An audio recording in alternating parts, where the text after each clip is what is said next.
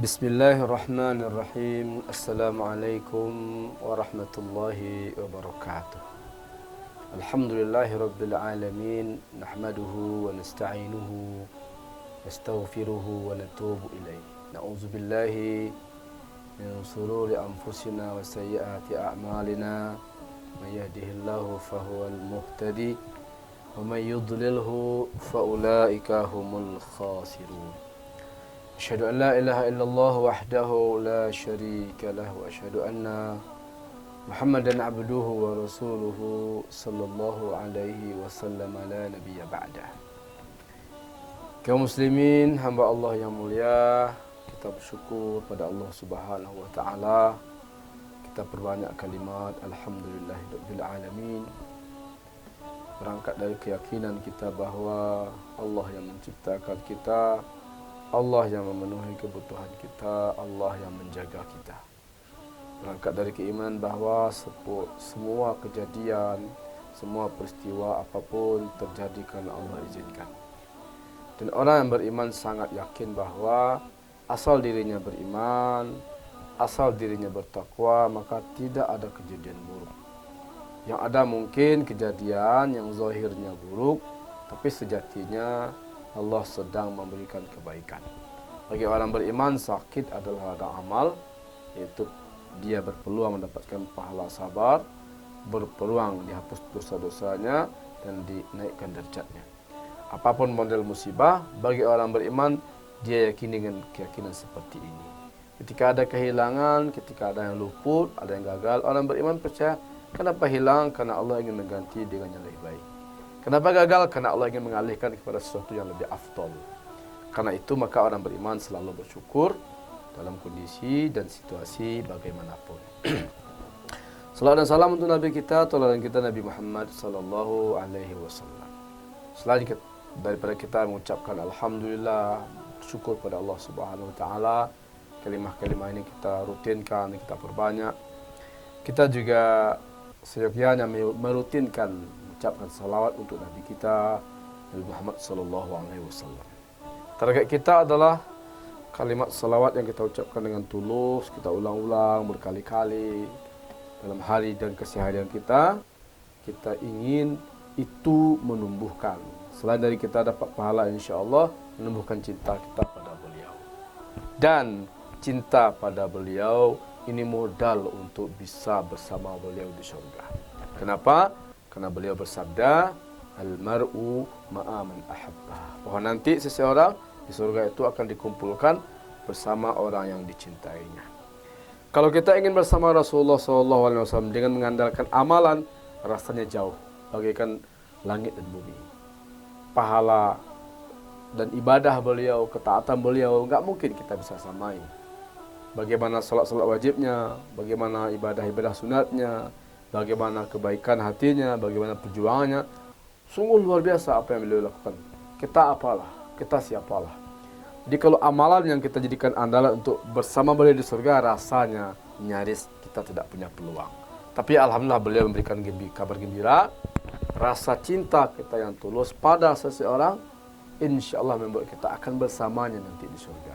Maka dengan modal mencintai beliau, benar-benar tulus kita mencintai Rasulullah sallallahu alaihi wasallam, insyaallah kita berpeluang seperti yang beliau janjikan untuk nanti bersama beliau di surga.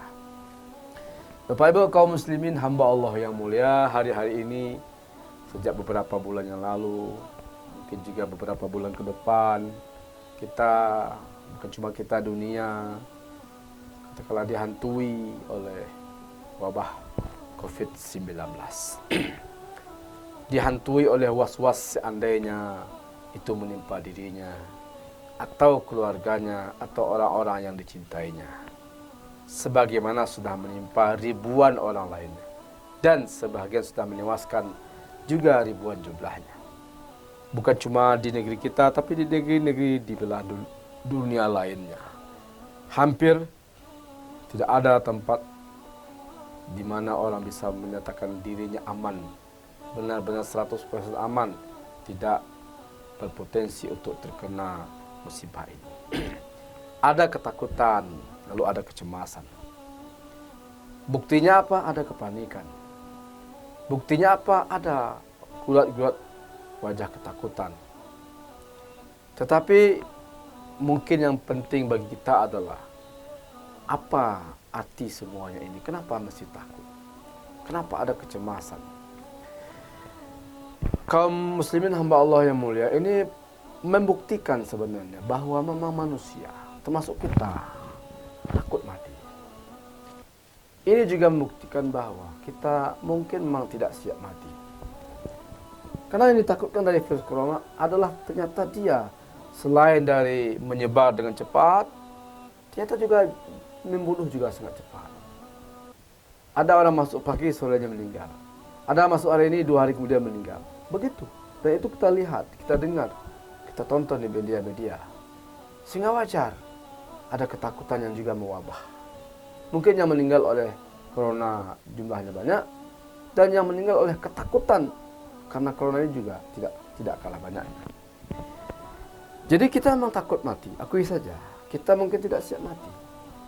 Siapa itu orang yang takut mati? Kemungkinan 2. Pertama, memang orang yang tidak mengenal apa itu mati. Yang dia tahu hanya hidup, yang dia tahu hanya dunia. Karena itu maka di dunia ini kerjanya adalah bagaimana meraih kehidupan, mempertahankannya, meningkatkannya, dan tidak mau melepaskannya. Dia takut mati karena dia tak siap kehilangan apa yang sudah diperolehnya. Mungkin harta yang sudah dikumpulkannya, jabatan, karir yang sedang dijalaninya.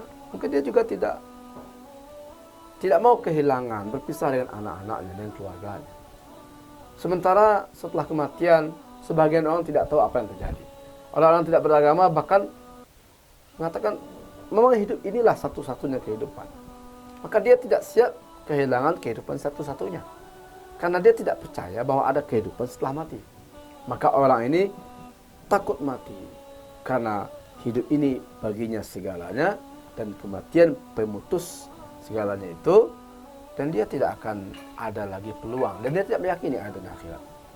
Ketakutan ini yang membuat dia akhirnya ngamuk, kadang stres, kadang melakukan tindakan-tindakan yang abnormal, kadang membuat perilaku-perilaku yang mungkin tidak pantas.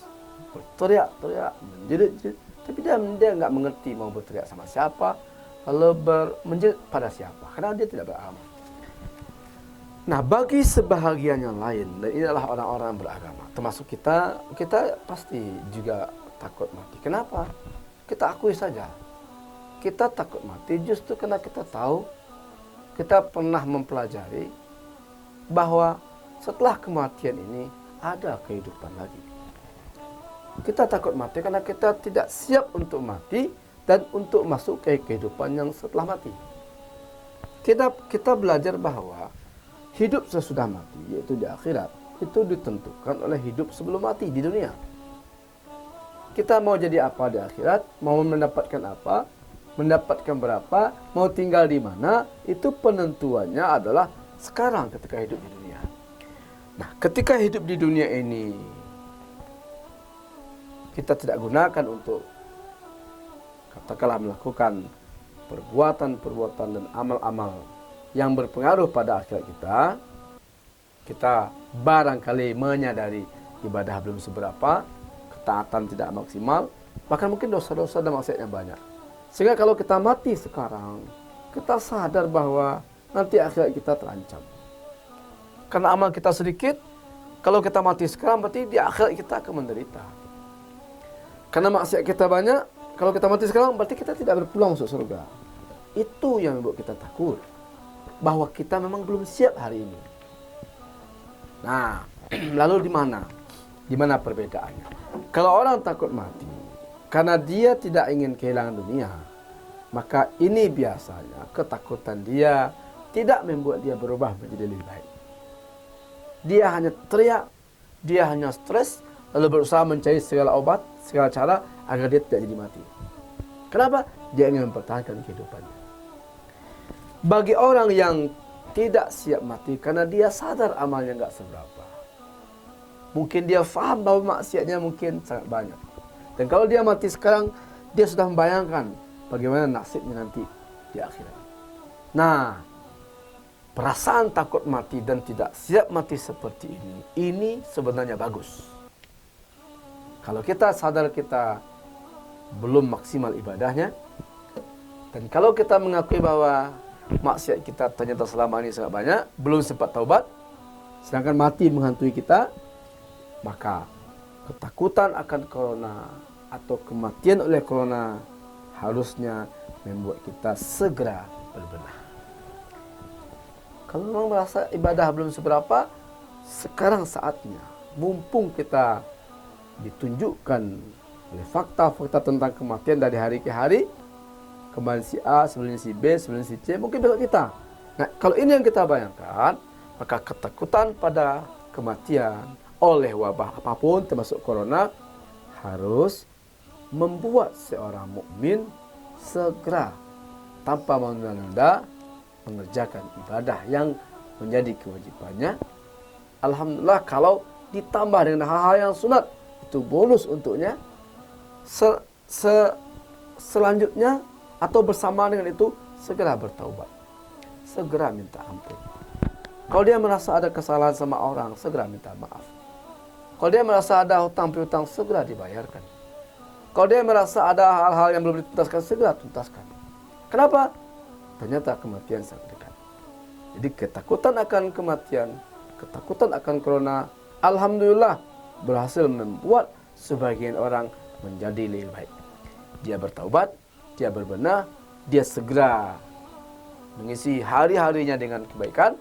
Dan kalau seandainya akhirnya ternyata takdir Allah, dan itu sudah Allah tuliskan sebelum dia dilahirkan, bahwa dia termasuk yang akan jadi korban COVID-19 ini, di saat dia sudah berubah, bertaubat, beramal, maka insya Allah dia mati dalam keadaan husnul khatimah. Maka kita lihatlah, ya mungkin secara zahir kita dilarang ke masjid, tetapi kita mesti meningkatkan sujud pada Allah. Dan bukankah semua bumi ini masjid Allah? Ke masjid enggak, di rumah kan bisa. Tetap kita bisa maksimalkan ibadah. Kita mungkin tidak Jumatan, karena memang ulama memfatwakan jangan dulu, demi kemaslahatan masjid, kemaslahatan jemaah jangan dulu. Tapi itu bukan berarti kita tidak ibadah. Mungkin secara langsung kita tidak bisa lagi datang berkunjung ke tetangga-tetangga, karena memang untuk sementara kita diharapkan tidak banyak berkumpul untuk memutus mata rantai virus. Tapi bukankah hubungan silaturahmi yang secara langsung tidak bisa kita lakukan, bisa kita lakukan melalui doa. Kita doakan orang-orang yang kita kenal dan yang tidak kita kenal. Bahkan kita doakan orang sekalipun dia tidak tahu. Kita doakan orang-orang sekalipun dia tidak menyadari. Bahkan kita doakan orang-orang yang sudah tiada. Nah, mendoakan ini kan bagian dari silaturahmi, bagian dari menjaga hubungan. Kalau kita tidak bisa datang ke tetangga, bukankah kita bisa mendoakan tetangga? Kita tidak bisa anjang sana ke rumah keluarga, bukankah kita bisa mendoakannya? Dan mendoakan orang, apakah saudara kita, keluarga kita, tetangga kita, atau orang-orang yang kita kenal, di saat mereka nggak tahu, atau dinamakan dengan mendoakan inda zahril ghaib, dia nggak tahu, dia nggak menyadari, kita doakan, tidak ada ruginya. Enak loh Ustaz, dia kita doakan, tapi dia karena nggak tahu nggak mendoakan kita. Enak di dia dong, kita mendoakan dia nggak pernah. Jangan begitu. Mukmin harus percaya bahwa dalam sebuah hadis Rasulullah SAW mengatakan, man da'a li akhi inda zahril ghaib, siapa yang mendoakan saudaranya di saat saudaranya nggak tahu, qala al malak al muwakkal ilaih, malaikat yang diutus khusus untuk itu akan berkata, amin, ya Allah kabulkan doanya, dan untuk dia juga seperti itu. Jadi kalau kita doakan, katakanlah karena kita nggak bisa kemana-mana, kita hanya di rumah, nggak bisa kunjungan, nggak bisa salaman, nggak bisa bertatap muka, kita bisa berdoa. Kalau kita doakan, ya Allah tolong selamatkan tetangga saya dari COVID-19. Dia nggak tahu, sehingga dia tidak mendoakan kita. Rugikah kita? Tidak. Karena di saat itulah, di saat kita mendoakan orang yang tidak tahu kita doakan itu, malaikat datang, diutus khusus oleh Allah, mengaminkan doa kita. Amin ya Allah, kabulkan doanya. Dan dia juga. Berarti, kalau kita mendoakan agar saudara kita dihindarkan dari COVID-19, dari virus ini, apa kata malaikat? Kamu juga dihindarkan. Kalau kita mendoakan tetangga atau teman agar dia diberi rezeki yang melimpah, kesehatan dan sebagainya, kebahagiaan dan keberkahan, dia nggak tahu sehingga dia tidak mendoakan kita. Rugikah kita? Tidak. Karena datang malaikat khusus, memang diutus khusus oleh Allah untuk mengaminkan doa kita. Amin walakan. Ya Allah, kabulkan doanya, dan untuk dia juga seperti itu. Berarti kita doakan teman kita bahagia, kita juga didoakan oleh malaikat bahagia. Kita doakan teman kita selamat, kita juga didoakan oleh malaikat agar kita selamat. Berarti semakin banyak kita mendoakan, semakin banyak pula malaikat mengaminkan. Kaum muslimin hamba Allah yang mulia, itulah barangkali hikmah di antara hikmah-hikmah yang banyak, bahwa ketakutan akan corona, ketakutan akan kematian, ketidaksiapan akan datanya ajal ini harus kita kelola untuk membuat kita lebih semangat beribadah, semangat untuk bertaubat, semangat untuk berbuat baik, semangat untuk menyiapkan bekal. Karena setelah kematian, keyakinan kita, iman kita adalah ada kehidupan lagi. Dan kita ingin kehidupan itu bahagia, kuncinya segera beramal. Kita tidak ingin sengsara, kuncinya segera bertaubat. Hadanallahu wa iyyakum ajma'in. Subhanakallahumma wa bihamdika, asyhadu an la ilaha illa anta, astaghfiruka wa atubu ilaika. Assalamualaikum warahmatullahi wabarakatuh.